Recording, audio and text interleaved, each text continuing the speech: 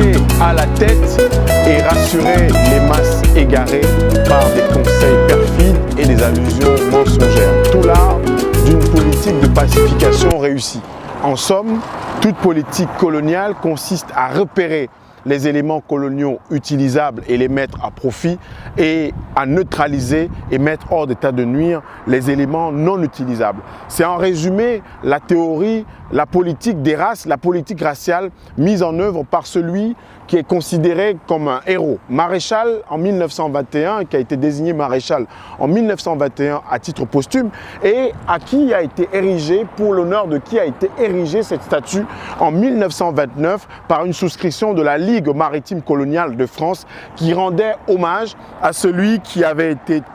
à Madagascar de 1896 à 1905, le gouverneur général de Madagascar pour la France et qui avait été de 1888 à 1891, le commandant militaire supérieur au Soudan français. Gallieni, qui est né en 1849, qui est né à Saint-Béat dans la Haute-Garonne et qui est mort en 1919 à Versailles, est une des hautes figures militaires françaises qui a mené des batailles en 1870 dans la guerre contre la Prusse, la guerre entre la France et la Prusse, c'est-à-dire que la guerre entre la France et l'Allemagne en 1870, mais également qui a été l'un des vétérans et héros de la guerre de 14-18. Il a été en 1915 ministre de la guerre. Mais Gallieni est surtout reconnu et connu en Afrique, à Madagascar, dans le Soudan français, comme l'auteur de massacres puissants, de massacres qui ont permis à la France de mettre hors d'état de nuire plus de 10 000 personnes à Madagascar, ce qu'on a appelé le massacre de Mena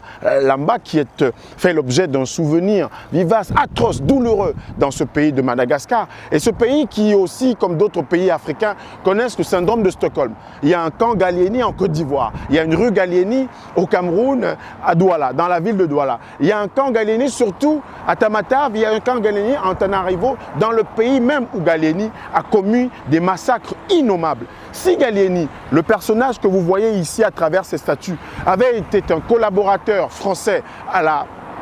Deuxième Guerre mondiale, rassurez-vous, Gallieni n'aurait plus de portrait à Paris. Parce que le maréchal Pétain, qui comme Gallieni a été un des héros de la Première Guerre mondiale, qui a été justement un de ces Français lors de la bataille de Mézières, dont un certain nombre de batailles lors de la guerre de 1870, si Gallieni, comme d'autres militaires français, d'autres généraux français, avait été un collaborateur à Vichy, aujourd'hui, la ville de Paris ne connaîtrait pas, ici sur la place Vauban, à Paris, où sont honorés un certain nombre de héros militaires, de commandants militaires français en Afrique, eh bien, vous aurez la certitude que cette statue aura été déboulonnée parce qu'en France, il n'existe plus. Nous avons fait déjà des sujets là-dessus dans 8 minutes 46 pour savoir. Il n'y aurait jamais eu à Paris, à ce moment-ci, un général français, un militaire français, un maréchal français qui posséderait une statue comme celle-ci. Le héros de la guerre de 1914-1918, le français reconnu pour ses hauts faits d'armes à la bataille de Mézières lors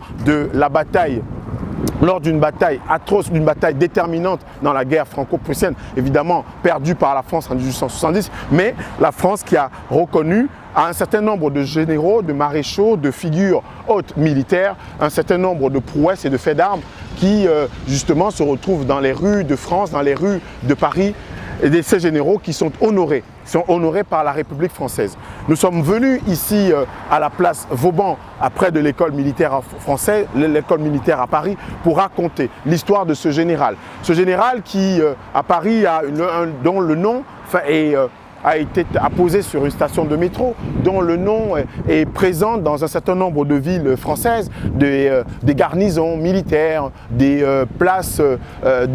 comme celle de la place Vauban, où ici il y a une statue érigée en l'honneur de Gallieni, ou encore des boulevards, des avenues, un métro comme à Paris, et surtout syndrome de Stockholm en Afrique, où malheureusement les héros de la résistance des Mena Lamba, les héros de la résistance à Tamatave, les héros de la résistance à Antananarivo n'ont pas eu les mêmes honneurs, que ceux qui sont accordés à Gallieni dans son propre pays. Nous nous dirigeons vers la statue de Lyautey. Lyautey qui était un disciple de Gallieni, un disciple de Gallieni qui a mis en exécution les théories élaborées par un autre général français qui a été commandant militaire en Afrique, le général Bugeaud, qui a été l'auteur de massacres dans le Soudan français, dans l'Oubangui-Chari et notamment au Tchad, avec des Africains qui sont morts par dizaines, par centaines de milliers parfois, par le fait des exactions de ces généraux, de ces colonels, de ces militaires, de ces capitaines, mais surtout de ces grands généraux français qui ont mené des batailles, qui ont été des ministres de la guerre comme Gallieni tout à l'heure, qui ont été des commandants militaires reconnus pour leur haut fait d'armes en 1870 et en 1418, mais qui malheureusement ont été des bourreaux en Afrique. Oui, héros en France, bourreaux en Afrique, c'est ce qu'il faut généralement dire pour des figures comme Lyautey qui est là. La joie de l'âme est dans l'action. La joie de l'âme est dans l'action, c'est ce que disait Lyautey, Hubert Lyautey, maréchal de France, 1854, né en 1854 et mort en 1934. Comme je le disais tout à l'heure, il est né quelque temps, presque 10 ans après Gallieni. 10 ans après Gallieni, mais il a hérité de la politique des races. La politique et la théorie des races élaborée par Gallieni tout à l'heure en début de ces 8 minutes 46 pour savoir. Je vous ai cité une strophe importante dans le travail de Gallieni. Frapper à la tête, rassurer les masses égarées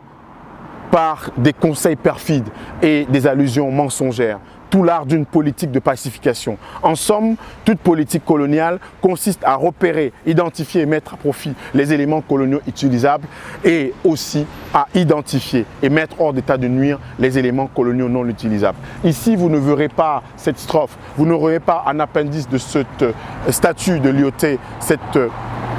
citation, mais Lyautey fait partie de ceux qui, en France, ont de manière